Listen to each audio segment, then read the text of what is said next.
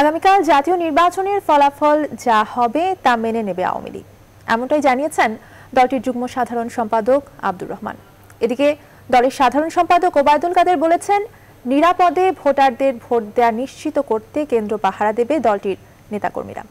আর আগামীকাল আওয়ামী লীগ নিরঙ্কুশ বিজয় পাবে বলে প্রত্যাশা করেছেন দলের নির্বাচন পরিচালনা কমিটির কো-চেয়ারম্যান এইচ.টি. ইমাম। সৈয়দ রায়হানকে সাথে নিয়ে আরো জানাচ্ছেন আফরিন আনোয়ার। রাত পোহালেই অনুষ্ঠিত হতে যাচ্ছে একাদশ জাতীয় সংসদ নির্বাচন।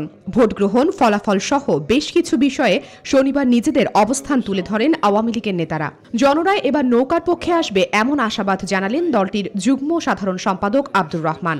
ধানমন্ডি কার্যালয়ে অনুষ্ঠিত সংবাদ সম্মেলনে তিনি আরো বলেন, ভোটের ফলাফল যা হবে তা মেনে নেবে আওয়ামী লীগ। আমরা তো অবশ্যই আশাবাদী যে বাংলার জনগণ আমাদেরকে ভোট দেবেন, আমাদের নেত্রীকে ভোট দেবেন, তার প্রতীকে তার মনোনীত প্রার্থীদেরকে বিজয়ী করবেন। এরপরেও যদি জনগণ আমাদেরকে ভোট না দেয় এবং যেই ফলাফলই আসুক, আমরা অবশ্যই তা মেনে নেব। এদিকে নিজ জেলা নোয়াখালীতে এক সংবাদ সম্মেলনে আওয়ামী লীগের সাধারণ সম্পাদক ওবায়দুল কাদের বলেন, নিরাপদে ভোট দেয়া নিশ্চিত করতে রবিবার ভোট কেন্দ্র পাহারা দেবে আওয়ামী লীগ। প্রথম বিএনপি ঐক্যফ্রন্ট থেকে বলা হয়েছে তারা ভোট কেন্দ্র পাহারা দেবে। তাহলে আমরাও একটা পক্ষ, আমাদেরও দায়িত্ব আছে জনগণ যেন নিরাপদে ভোট কেন্দ্রে আসতে পারে এবং নিশ্চিন্তে ভোট প্রদান করতে পারে। সেজন্য আমাদের রাজনৈতিক দল হিসাবে আমাদেরও একটা দায়িত্ব আছে।